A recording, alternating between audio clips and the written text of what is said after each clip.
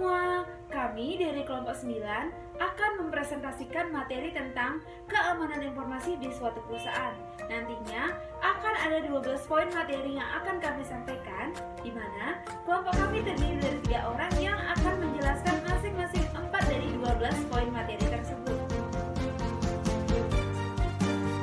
Nah, adapun materi yang akan kami bawakan, yang pertama yaitu keamanan informasi, yang kedua tujuan keamanan informasi, yang ketiga ancaman dan resiko keamanan informasi, yang keempat macam-macam pengendalian dan resiko keamanan informasi, yang kelima kebutuhan organisasi akan keamanan dan pengendalian, yang keenam manajemen keamanan informasi, yang ketujuh manajemen resiko, yang kedelapan kebijakan keamanan informasi, yang kesembilan strategi dalam ISM, yang kesepuluh pentingnya keamanan informasi, yang kesebelas dukungan pemerintah dan industri, dan yang terakhir yaitu manajemen keberlangsungan bisnis.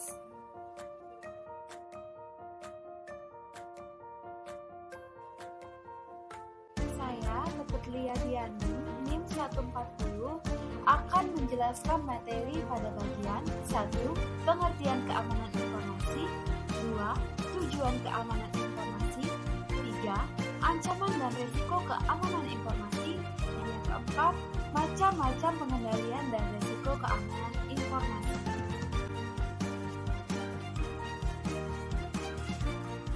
Nah, sebelumnya teman-teman udah ada yang tahu belum apa itu keamanan informasi? Nah, kalau belum, yuk kita kupas lebih jauh tentang keamanan informasi di suatu perusahaan. Nah, keamanan informasi atau information security digunakan untuk mendeskripsikan perlindungan baik peralatan komputer dan non-komputer, fasilitas, data, dan informasi dari penyalahgunaan pihak-pihak yang berwenang. Nah, saat pemerintah dan kalangan industri menyadari kebutuhan untuk menggunakan sumber daya informasi mereka, perhatian nyaris terfokus secara eksklusif pada perlindungan perangkat keras dan data. Maka, istilah keamanan sistem atau sistem security digunakan. Fokus subnet ini kemudian diperluas sehingga mencakup bukan hanya peranti keras dan data, namun juga peranti lunak, fasilitas komputer, dan personel. Keamanan informasi merupakan perlindungan informasi dari berbagai ancaman, menjamin kelanjutan proses bisnis, mengurangi risiko bisnis, dan meningkatkan return of investment atau ROI, serta peluang bisnis menurut CK tahun 2012. Nah, menurut Whitman and Mathot tahun 2011, informasi merupakan salah satu aset yang penting untuk dilindungi keamanannya. Nah, perusahaan perlu memperhatikan keamanan aset informasinya. Kebocoran informasi dan kegagalan pada sistem dapat mengakibatkan kerugian baik dari sisi finansial maupun produktivitas perusahaan. Keamanan secara umum dapat diartikan sebagai quality or state or being secure to be free from danger. Contoh tinjauan keamanan informasi yaitu sebagai berikut. 1. Physical security atau strategi yang memfokuskan untuk mengamankan anggota organisasi, aset fisik, akses tanpa otorisasi, dan tempat kerja dari berbagai ancaman meliputi bahaya kebakaran. Yang kedua, personal security, yaitu strategi yang lebih memfokuskan untuk melindungi orang-orang dalam organisasi. Yang ketiga, operation security, yaitu strategi untuk mengamankan kemampuan organisasi atau perusahaan untuk bekerja tanpa gangguan dan ancaman. Yang keempat, communication security, atau strategi yang bertujuan untuk mengamankan media informasi dan teknologi informasi. Yang kelima, network security atau strategi yang memfokuskan pengaman peralatan jaringan pada data organisasi. Nah, keamanan informasi merupakan kegiatan menjaga informasi dari ancaman yang mungkin terjadi dalam upaya menjamin kelangsungan bisnis, mengurangi tingkat risiko, dan mempercepat atau memaksimalkan pengambilan keputusan investasi serta peluang bisnis. Tingkat keamanan pada informasi juga bergantung pada tingkat sensitivitas informasi dalam database. Informasi yang tidak terlalu sensitif, sistem keamanannya tidak terlalu ketat, sedangkan untuk sistem informasi yang sangat sensitif perlu pengaturan tingkat keamanan yang ketat untuk akses informasi tersebut.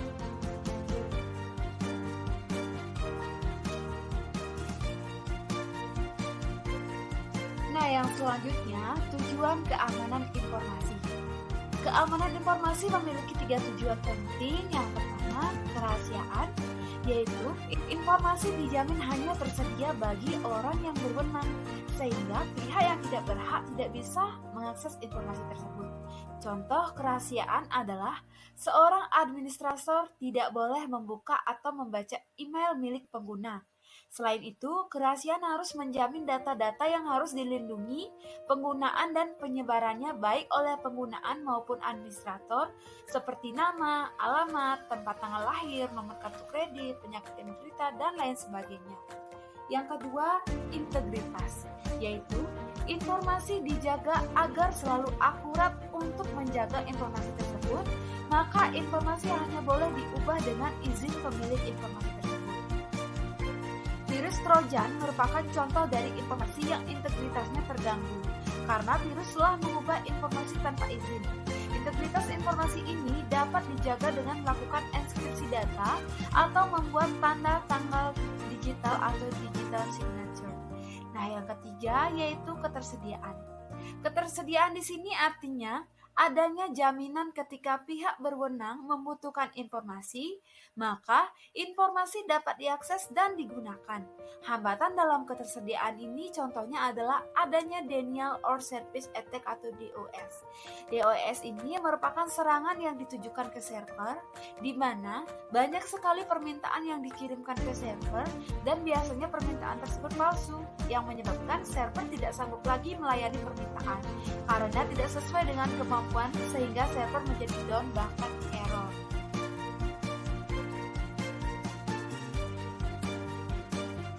Nah, materi yang selanjutnya ada ancaman dan risiko keamanan informasi. Yang pertama, ancaman keamanan informasi. Ancaman keamanan informasi ini merupakan orang, organisasi, mekanisme atau peristiwa yang memiliki potensi untuk membahayakan sumber daya informasi perusahaan. Nah, pada kenyataannya, ancaman ini bersifat internal dan eksternal dan bersifat disengaja atau tidak disengaja. Nah, ancaman yang bersifat internal dan eksternal ini, untuk ancaman internalnya itu mencakup karyawan perusahaan, ada juga pekerja temporer, konsultan, kontraktor, bahkan mitra bisnis perusahaan tersebut.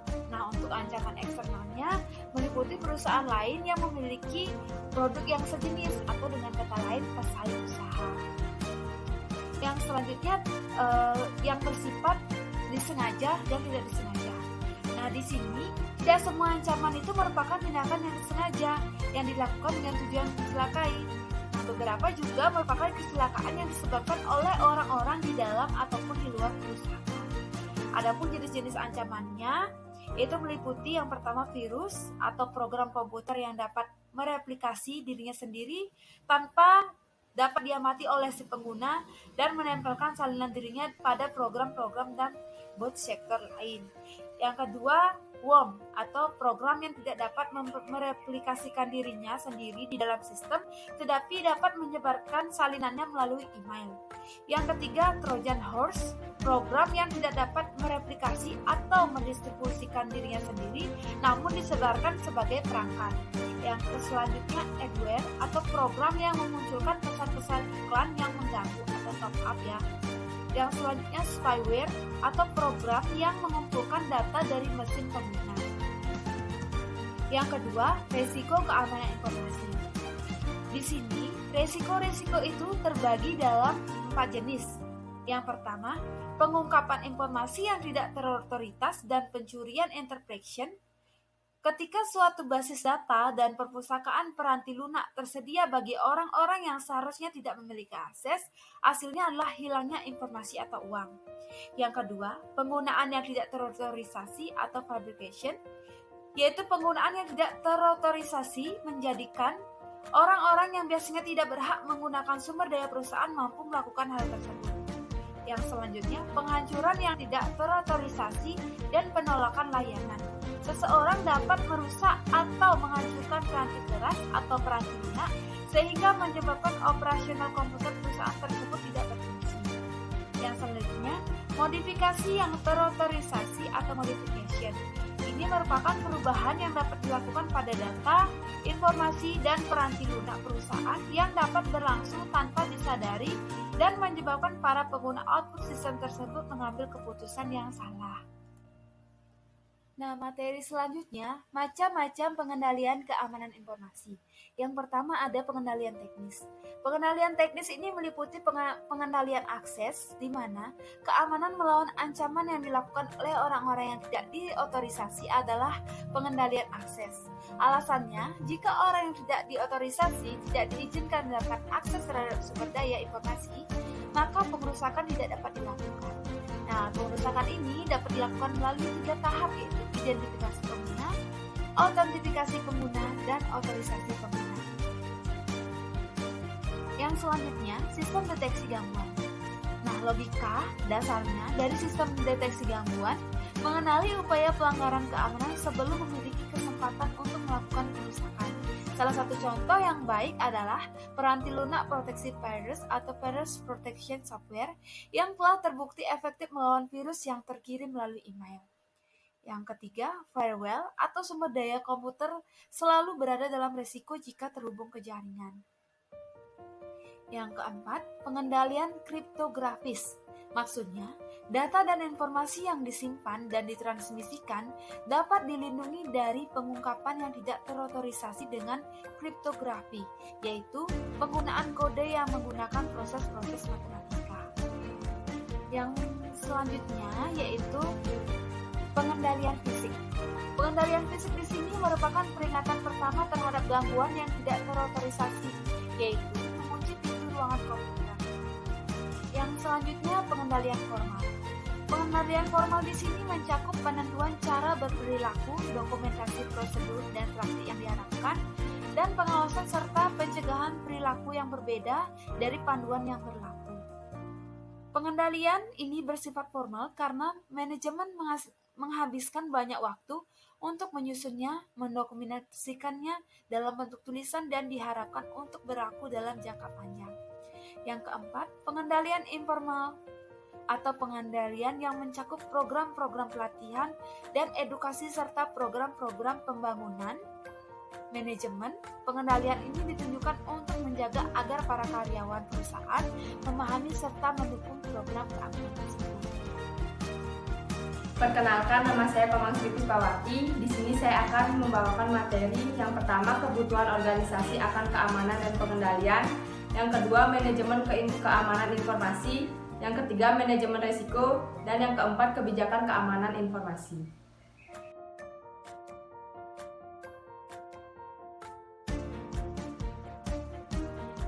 Materi pertama yang saya bawakan yaitu kebutuhan organisasi akan keamanan dan pengendalian. Dalam dunia masa kini, banyak organisasi semakin sadar akan pentingnya menjaga seluruh sumber daya mereka, baik yang bersifat virtual maupun fisik, agar aman dari ancaman baik dari dalam atau dari luar. Sistem komputer yang pertama hanya memiliki sedikit perlindungan keamanan. Namun hal ini berubah pada saat Perang Vietnam ketika sejumlah instalasi keamanan komputer dirusak pemrotes. Pengalaman ini menginspirasi kalangan industri untuk meletakkan penjagaan keamanan yang bertujuan untuk menghilangkan atau mengurangi kemungkinan kerusakan atau penghancuran, serta menyediakan organisasi dengan kemampuan untuk melanjutkan kegiatan operasional setelah terjadi gangguan. Pendekatan-pendekatan yang dimulai di kalangan industri dicontoh dan diperluas. Ketika pencegahan federal ini diimplementasikan, 2 isu penting harus diatasi, yakni keamanan versus hak-hak individu dan keamanan versus ketersediaan. Yang kedua, manajemen keamanan informasi.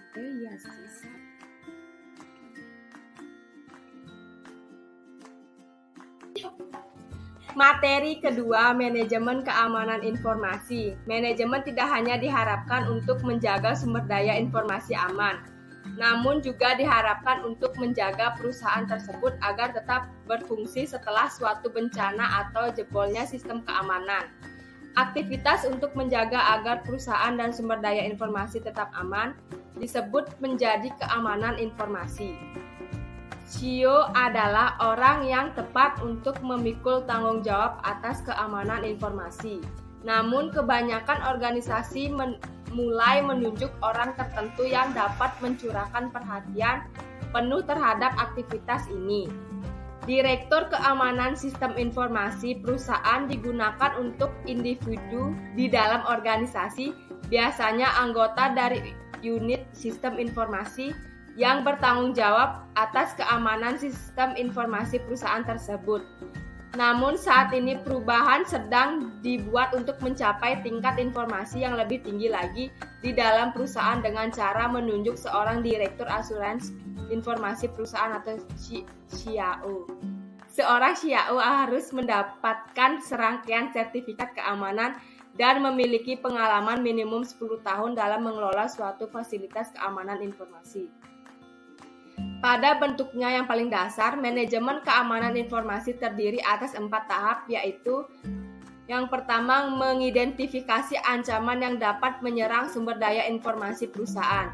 Yang kedua, mengidentifikasi risiko yang dapat disebabkan oleh ancaman-ancaman tersebut. Yang ketiga, menentukan kebijakan keamanan informasi. Yang keempat, mengimplementasikan pengendalian untuk mengatasi risiko-risiko tersebut. Materi ketiga, manajemen risiko. Manajemen risiko merupakan satu dari 2 strategi untuk mencapai keamanan informasi. Risiko dapat dikelola dengan cara mengendalikan atau menghilangkan risiko atau mengurangi dampaknya. Pendefinisian risiko terdiri atas 4 langkah. Yang pertama, identifikasi aset-aset bisnis yang harus dilindungi dari risiko. Yang kedua, menyadari risikonya. Yang ketiga, menentukan tingkatan dampak pada perusahaan jika risiko benar-benar terjadi. Yang keempat, menganalisis kelemahan perusahaan tersebut. Tingkat keparahan dampak dapat diklasifikasikan menjadi 3, yaitu yang pertama, dampak yang parah, yang membuat perusahaan bangkrut atau sangat membatasi kemampuan perusahaan tersebut untuk berfungsi. Yang kedua, dampak signifikan, yang menyebabkan kerusakan dan biaya yang signifikan tetapi perusahaan tersebut tetap selamat. Yang ketiga, dampak minor, yang menyebabkan kerusakan yang mirip dengan yang terjadi dalam operasional sehari-hari. Setelah analisis risiko diselesaikan, hasil temuan sebaiknya didokumentasikan dalam laporan analisis risiko. Isi dari laporan ini sebaiknya mencakup informasi berikut mengenai tiap-tiap risiko. Yang pertama, deskripsi risiko. Yang kedua, sumber risiko. Yang ketiga, tingginya tingkat risiko.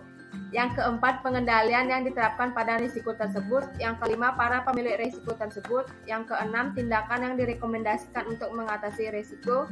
Yang ketujuh, jangka waktu yang direkomendasikan untuk mengatasi risiko. Jika perusahaan telah mengatasi risiko tersebut, laporan harus diselesaikan dengan cara menambahkan bagian akhir apa yang telah dilaksanakan untuk mengatasi risiko tersebut. Materi keempat, kebijakan keamanan informasi. Suatu kebijakan keamanan harus diterapkan untuk mengarahkan keseluruhan program. Perusahaan dapat menerapkan keamanan dengan pendekatan yang bertahap, di antaranya fase 1, inisiasi proyek, membentuk sebuah tim untuk mengawas proyek kebijakan keamanan tersebut. Fase 2, penyusunan kebijakan, berkonsultasi dengan semua pihak yang berminat dan terpengaruh. Fase ketiga, konsultasi dan persetujuan, berkonsultasi dengan manajemen untuk mendapatkan pandangan mengenai berbagai persyaratan kebijakan. Fase keempat, kesadaran dan edukasi, melaksanakan program pelatihan kesadaran dan edukasi dalam unit-unit organisasi. Fase kelima, penyebarluasan kebijakan. Kebijakan ini disebarluaskan ke seluruh unit organisasi di mana kebijakan tersebut dapat diterapkan. Kebijakan keamanan yang terpisah dikembangkan untuk keamanan sistem informasi, pengendalian akses sistem, keamanan personel, keamanan lingkungan fisik, keamanan komunikasi data, klasifikasi informasi, perencanaan kelangsungan usaha, akuntabilitas manajemen. Kebijakan terpisah ini diberitahukan kepada karyawan, biasanya dalam bentuk tulisan dan melalui program pelatihan dan edukasi. Setelah kebijakan ini ditetapkan, pengendalian dapat diimplementasikan.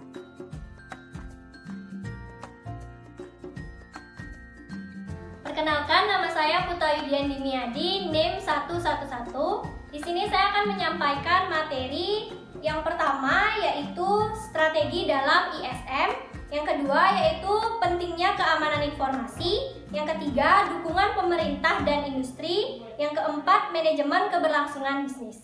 Strategi dalam ISM. 1. Manajemen resiko. Istilah manajemen resiko dibuat untuk menggambarkan pendekatan ini di mana tingkat keamanan sumber daya informasi perusahaan dibandingkan dengan resiko yang dihadapinya. Manajemen resiko merupakan satu dari dua strategi untuk mencapai keamanan informasi. Resiko dapat dikelola dengan cara mengendalikan atau menghilangkan resiko atau mengurangi dampaknya. Yang pertama, dampak yang parah, yang membuat perusahaan bangkrut atau sangat membatasi kemampuan perusahaan tersebut untuk berfungsi.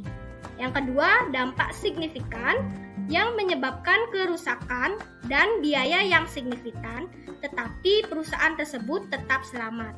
Yang ketiga, dampak minor yang menyebabkan kerusakan yang mirip dengan yang terjadi dalam operasional sehari-hari. Kedua, tolak ukur. Tolak ukur keamanan informasi adalah tingkat keamanan yang disarankan yang dalam keadaan normal harus menawarkan perlindungan yang cukup terhadap gangguan yang tidak terotorisasi. Standar atau tolak ukur semacam ini ditentukan oleh pemerintah dan asosiasi industri serta mencerminkan komponen-komponen program keamanan informasi yang baik menurut otoritas tersebut. Ketika perusahaan mengikuti pendekatan ini, yang disebut kepatuhan terhadap tolak ukur dapat disumsikan bahwa pemerintah dan otoritas industri telah melakukan pekerjaan yang baik dalam mempertimbangkan berbagai ancaman serta resiko, dan tolak ukur tersebut menawarkan perlindungan yang baik.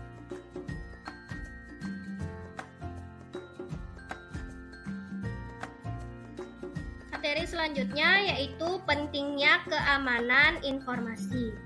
Sistem informasi diperlukan karena yang pertama, teknologi komunikasi modern yang membawa beragam dinamika dari dunia nyata ke dunia virtual. Yang kedua, kurangnya keterampilan pengamanan yang dimiliki oleh pemakai. Yang ketiga, untuk menjaga objek kepemilikan dari informasi yang memiliki nilai ekonomis. Lalu, mengapa informasi perlu dilakukan pengamanan? Karena informasi adalah salah satu aset bagi suatu perusahaan atau organisasi.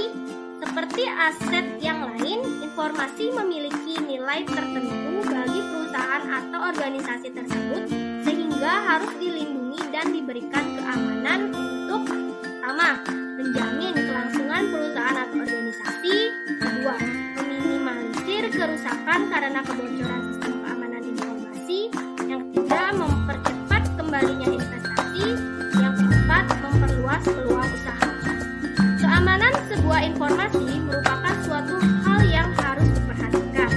Masalah tersebut penting karena jika sebuah informasi dapat diakses oleh orang yang tidak berhak atau tidak bertanggung jawab, maka keakuratan informasi tersebut akan diragukan, bahkan akan menjadi sebuah informasi yang benar.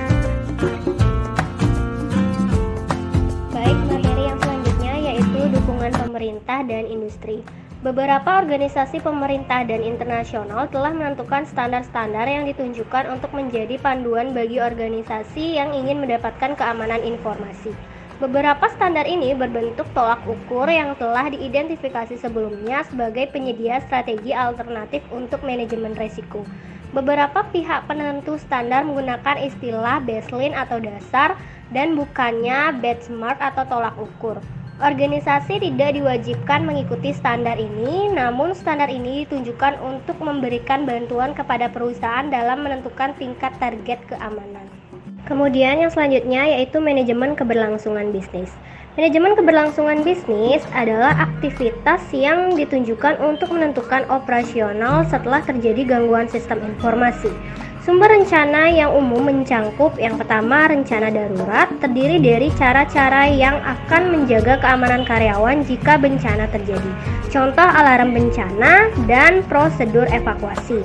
Yang kedua yaitu rencana cadangan, menyediakan fasilitas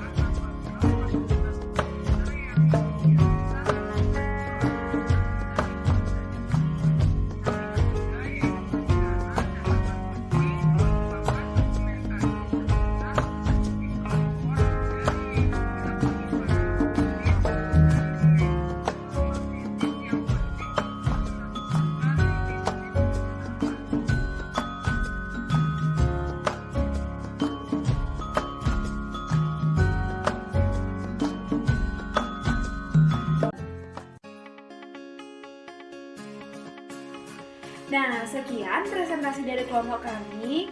Jika ada salah kata dalam penyampaian materi, kami mohon maaf dan semoga materi yang kami sampaikan bermanfaat. Terima kasih.